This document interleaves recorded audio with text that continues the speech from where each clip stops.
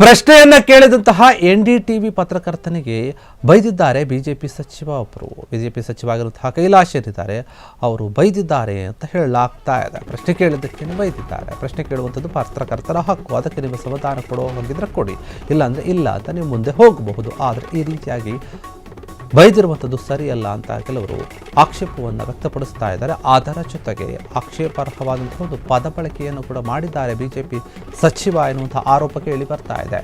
ಇಂದೂರು ಕಲುಷಿತ ನೀರು ವಿಚಾರಕ್ಕೆ ಸಂಬಂಧಪಟ್ಟ ಹಾಗೆ ಪ್ರಶ್ನೆ ಕೇಳ್ತಾರೆ ಪತ್ರಕರ್ತರೊಬ್ಬರು. ಹಿಂಗಾಗಿದೆ ನೋಡಿ ಸರ್, ಏನು ಹೇಳ್ತಾರೆ ಇದ್ರ ಬಗ್ಗೆ ನೀವು ಅಂತ ಹೇಳಿ. ಆದರೆ ಸಭ್ಯತೆಯನ್ನು ಮೀರಿ ವರದಿಗಾರರಿಗೆ ಬೈದಿದ್ದಾರೆ ಬಿಜೆಪಿ ಸಚಿವ. ಸತ್ತವರ ಬಗ್ಗೆ ಮಾತನಾಡಲ್ಲ ಅಂತ ಹೇಳಿ ಬಿಜೆಪಿ ಸಚಿವ ಒಂದು ರೀತಿಯಲ್ಲಿ ಬೇರೆ ರೀತಿಯಾಗಿ ಮಾತನಾಡಿದ್ದಾರಂತೆ. ಬೈದ ಮೇಲೂ ಕೂಡ ಪತ್ರಕರ್ತನ ಪ್ರಶ್ನೆಯನ್ನು ಮಾಡಿದ್ದಾನೆ, ಪ್ರಶ್ನೆಯನ್ನು ಮುಂದುವರಿಸಿದ್ದಾನೆ. ಮತ್ತೆ ಮತ್ತೆ ಅಸಭ್ಯವಾದಂತಹ ಪದಗಳನ್ನು ಬಳಕೆ ಮಾಡಿದ್ದಾರೆ. ಸಭ್ಯತೆಯನ್ನು ಕಳೆದುಕೊಂಡಿದ್ದಾರೆ ಬಿಜೆಪಿ ಸಚಿವ. ನೋಡಿ, ಸಮಾಜದಲ್ಲಿ ಏನೇ ಒಂದು ವಿಚಾರ ಇದ್ರೂ ಸರಿ, ವಿಷಯಗಳಿದ್ರೂ ಸರಿ, ಅದನ್ನು ಜನಸಾಮಾನ್ಯರಿಗೆ ಮತ್ತು ಏನು ಪಬ್ಲಿಕ್ಕಿಗೆ ಮತ್ತು ಯಾವುದೇ ಒಂದು ಅಧಿಕಾರಿಗಳಿದ್ದರೂ ಸರಿ, ರಾಜಕೀಯ ಜನಪ್ರತಿನಿಧಿಗಳಿದ್ದರೂ ಸರಿ, ಎಲ್ಲರ ಹತ್ರ ಹೋಗಿ ಕ್ವಶನ್ ಮಾಡುವಂಥದ್ದು, ಅದಕ್ಕೆ ಉತ್ತರವನ್ನು ತೆಗೆದುಕೊಳ್ಳುವಂಥದ್ದು, ಪ್ರತಿಕ್ರಿಯೆಯನ್ನು ತೆಗೆದುಕೊಳ್ಳೋದು, ಸಮಾಧಾನವನ್ನು ನೀಡುವಂಥದ್ದು ಎಲ್ಲವೂ ಕೂಡ ಪತ್ರಕರ್ತರು ಮಾಡ್ತಾರೆ. ಅವರ ಕೆಲಸ ಏನು ಇದೆ? ಜನರಿಗೆ ಸುದ್ದಿಯನ್ನು ಮುಟ್ಟಿಸಬೇಕು.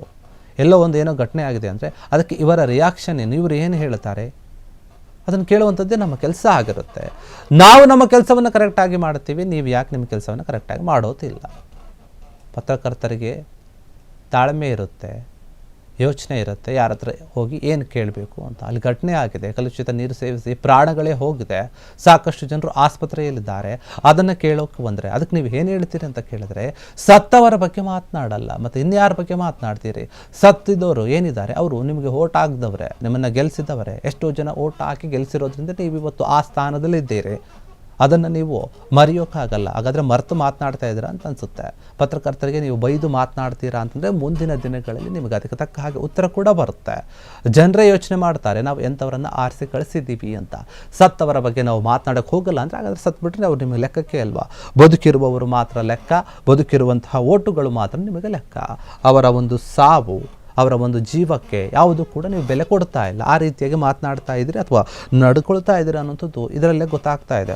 ಒಬ್ಬ ಪತ್ರಕರ್ತನ ಕೆಲಸವನ್ನು ನೀವು ಸರಿಯಾಗಿ ಮಾಡೋಕ್ಕೆ ಬರ್ತಾ ಇಲ್ಲ. ಅವ್ರ ಪ್ರಶ್ನೆ ಮೇಲೆ ಪ್ರಶ್ನೆ ಕೇಳ್ತಾ ಇದ್ದಾರೆ, ಕೇಳಿದ್ರು ಕೂಡ ನೀವು ಮತ್ತೆ ಆಕ್ಷೇಪಾರ್ಹವಾದಂಥ ಒಂದು ಪದಗಳನ್ನು ಬಳಸ್ತೀರಿ, ಬೇರೆ ಪದಗಳನ್ನು ಬಳಸಿ ಮಾತನಾಡ್ತೀರಿ ಒಬ್ಬ ಪತ್ರಕರ್ತನಿಗೆ. ಅಂದರೆ ನಿಮ್ಮ ಗುಣ ಬುದ್ಧಿ ಎಷ್ಟರ ಮಟ್ಟಿಗಿದೆ ನೀವು ಈ ರೀತಿಯಾಗಿ ಇಟ್ಕೊಂಡಿದ್ರೆ ಇನ್ನು ಜನಸಾಮಾನ್ಯರಿಗೆ ಏನು ಕೆಲಸ ಮಾಡ್ತೀರಿ? ಅವ್ರಿಗೆ ತೊಂದರೆ ಆದಾಗ ಹೆಂಗೆ ಸ್ಪಂದಿಸ್ತೀರಿ?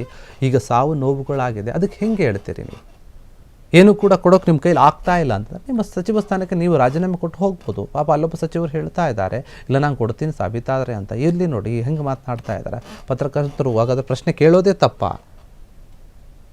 ಎಷ್ಟೋ ವಿಚಾರಗಳಿರುತ್ತೆ, ಜನರಿಗೆ ಅನುಕೂಲವಾಗುವಂಥ ವಿಚಾರಗಳನ್ನು ನಾವು ಕೆಲವೊಂದು ಬಾರಿ ಯಾವಾಗಲೂ ಕೂಡ ಕೇಳುವಂಥ ಕೆಲಸವನ್ನು ಮಾಡ್ತೀವಿ. ಏನೋ ಕೆಲವೊಂದು ವಿಚಾರ ಕಾಂಟ್ರವರ್ಸಿ ಇದ್ದಾಗ ಅದನ್ನು ಕೂಡ ಕೇಳ್ತಿರ್ತೀವಿ. ಆದರೆ ನಿಮಗೆ ಸಮಾಧಾನ ಕೊಡುವಂತಹ ಒಂದು ಮನಸ್ಥಿತಿ ಇಲ್ಲ, ಒಂದು ಪರಿಗ್ರಹಣೆ ಇಲ್ಲ ಅಂತಂತಂದರೆ, ತಾಳ್ಮೆ ಇಲ್ಲ ಅಂತಂದರೆ ನೀವು ಯಾಕೆ ಅಲ್ಲಿದ್ದೀರಿ ಅಂತ ಕೆಲವು ಪ್ರಶ್ನೆ ಮಾಡ್ತಾ ಇದ್ದಾರೆ ಆ ಭಾಗದಲ್ಲಿ.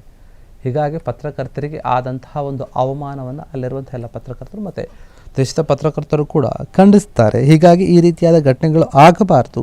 ಅವರು ಸಚಿವರು ಯಾರಿದ್ದ BJP ಅವರು ಕ್ಷಮೆ ಕೇಳಿದ್ರೆ ಚೆನ್ನಾಗಿರುತ್ತೆ, ಇಲ್ಲಾಂದರೆ ಅದರ ಪರಿಣಾಮ ಅವರೇ ಎದುರಿಸ್ತಾರೆ ಮುಂದಿನ ದಿನಗಳೇ. ಕ್ಷಣ ಕ್ಷಣದ ಸುದ್ದಿಗಳಿಗಾಗಿ ಫ್ರೀಡಂ ಟಿವಿ ಸಬ್ಸ್ಕ್ರೈಬ್ ಮಾಡಿ, ಲೈಕ್ ಮಾಡಿ ಹಾಗೂ ಫಾಲೋ ಮಾಡಿ. ಹೊಸ ಸುದ್ದಿಗಳ ನೋಟಿಫಿಕೇಶನ್ಗಾಗಿ ಬೆಲ್ ಐಕಾನ್ ಮೇಲೆ ಕ್ಲಿಕ್ ಮಾಡಿ.